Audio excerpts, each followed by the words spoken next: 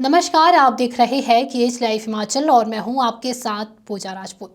आज के इस इवनिंग बुलेटिन में हम आपको हिमाचल प्रदेश की तमाम बड़ी खबरों से रूबरू करवाएंगे। आइए पहले नजर डालते हैं आज की हेडलाइंस पर। हिमाचल सीएम पर बीजेपी विधायक का प्रिविलेज मोशन, रोजगार और झूठे बयान का आरोप। हिमाचल में भवन निर्माण और पुलों पर सख्त नियम, भूवैज्ञानिक रिपोर्ट अनिवार्य। शिपकिला से सीमा व्यापार और कैलाश मानसरोवर यात्रा फिर से शुरू होने की तैयारी। हिमाचल छात्रवृत्ति घोटाला, आरोपी की पत्नी ने 29 करोड़ रुपए शराब और होटल फॉर्म में लगाए। हिमाचल मणि महेश यात्रा में पंजाब के 3 श्रद्धालुओं की मौत, भारी बारिश और ऑक्सीजन कमी के कारण। हिमाचल में 3 जिलों में रेड अलर्ट, राज्य में 7 दिन तक भारी बारिश की चेतावनी। और अब खबरें विस्तार से। हिमाचल प्रदेश विधानसभा में सियासी माहौल गर्म हो गया है। धर्मशाला से बीजेपी विधायक सुधीर शर्मा ने मुख्यमंत्री सुखविंदर सिंह सुक्खू के खिलाफ प्रिविलेज मोशन लाया। सुधीर शर्मा का आरोप है कि सीएम ने सदन में बार बार झूठे बयान दिए, खासकर रोजगार और विकास परियोजनाओं को लेकर। विधानसभा अध्यक्ष कुलदीप पठानिया ने कहा कि नोटिस मिल गया है और नियमानुसार कार्रवाई भी की जाएगी। इस बीच ऊना के पेखोवाला सोलर प्रोजेक्ट को लेकर भी चर्चा रही।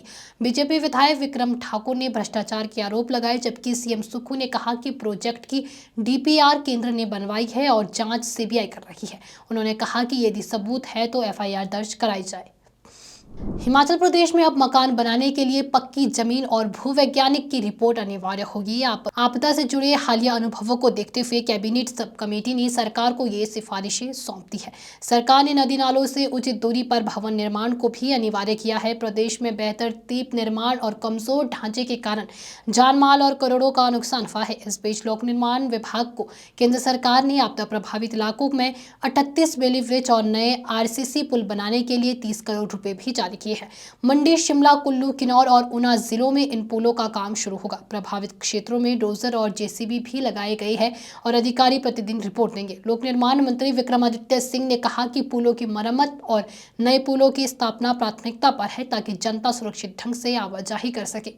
भारत और चीन ने हिमाचल प्रदेश के शिपकिला, उत्तराखंड के लिपुलेख और सिक्किम के नाथुला से सीमा व्यापार फिर से शुरू करने पर सहमति जताई है।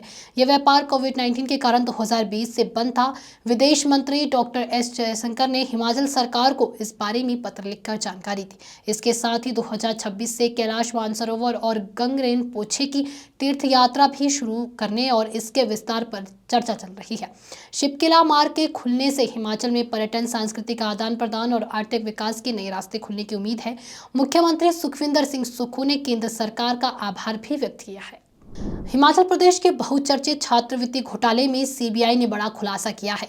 धन शोधन मामले के मुख्य आरोपी अरविंद राजटा की पत्नी बबीता राजटा ने आपराधिक तरीके से प्राप्त 29.11 करोड़ रुपए शराब कंपनी, होटल फर्म और साझेदारों में निवेश किए। चार्जशीट में बताया गया कि 2014 और 15 में उच्च शिक्षा विभाग से फर्जी छात्रों के नाम पर कुल 29.80 करोड़ रुपए की छात्रवृत्ति राशि का दावा किया गया, जिसमें से 29.11 करोड़ का धन शोधन हुआ।